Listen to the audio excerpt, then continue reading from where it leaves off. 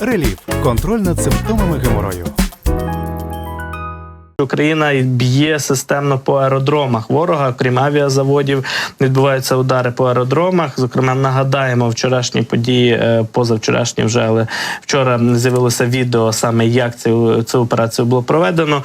Йде мова про удар по аеродрому в Джанкої на півночі Криму, окупованого Криму, де українські військові знищили щонайменше три пускові установки системи С-400 російської провідної, найбільш просунутої ЗРК, і зробили це за допомогою ракет «Атакамс».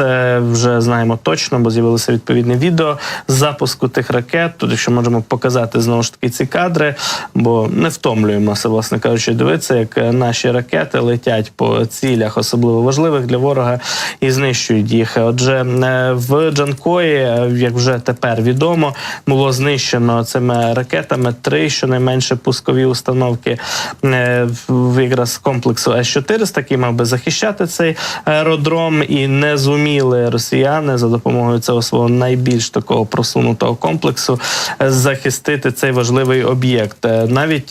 Навіть я поправлю себе, виправлюся, за даними Генштабу ЗСУ, вчора йшла мова вже про 4 пускові установки. Спочатку російські телеграм-канали про 3 пускових повідомляли, а от уже підтверджено з офіційних джерел, що відмінусовано 4 пускові установки С-400 саме поблизу Джанкої, на території цього аеродрому, пункт управління засобами ППО, 3 РЛС, радіолокаційні станції, апаратуру спостереження за повітряним простором, фундамент М. Тобто дуже серйозне обладнання росіяни втратили внаслідок цього удару по Джанкою. Там ще й здетонували повторно якраз снаряди, ракети, правильніше казати, до цих пускових установок С-400.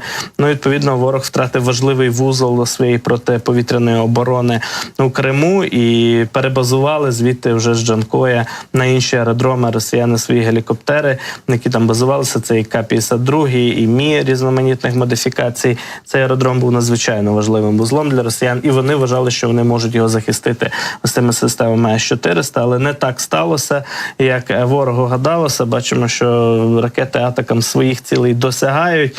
Єдине, про що хочеться, власне, тут додати побільше, бо нам таких ракет. Чекаємо, власне, вже завтра на голосування наших партнерів американських у Конгресі, які будуть розглядати оборонну підтримку України, зокрема і надання далекобійних атакамсів. Тому можливостей уражати ворожі аеродроми, ворожі стратегічні бомбардувальники України скоро з'явиться набагато більше.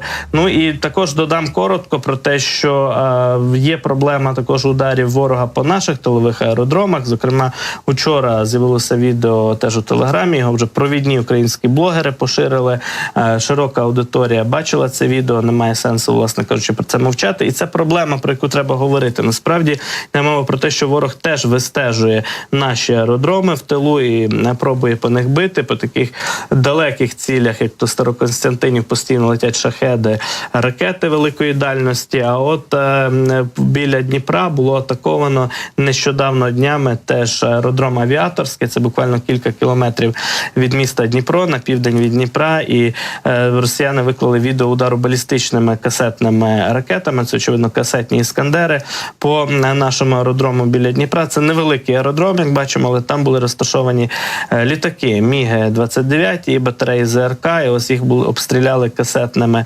ракетами такими балістичними. Очевидно, що пошкодили там багато авіаційних засобів, літаків та іншого устаткування, яке на цьому аеродромі Авіаторський біля Дніпра базувалися, були розташовані. Це майже 100 кілометрів від лінії фронту, і бачимо, що наводить цей удар російський розвідувальний БПЛА «Орлан-10», який і долетів до цього аеродрому, і перебуває над самим аеродромом, тому ця проблема, бачимо, залишається, знову ж таки, актуальною. Протидія ворожим БПЛА, ворожим безпілотникам і ударам по тиловій нашій інфраструктурі, зокрема авіаційній. Далі будемо говорити про іншу важливу тему. Сьогодні у нас передбачено, вже заанонсовано і заявлено засідання Ради Україна-НАТО, яку терміново попросив скликати президент України Володимир Зеленський, і генсек НАТО Єнс Столтенберг вже анонсував, що буде сьогодні таке засідання.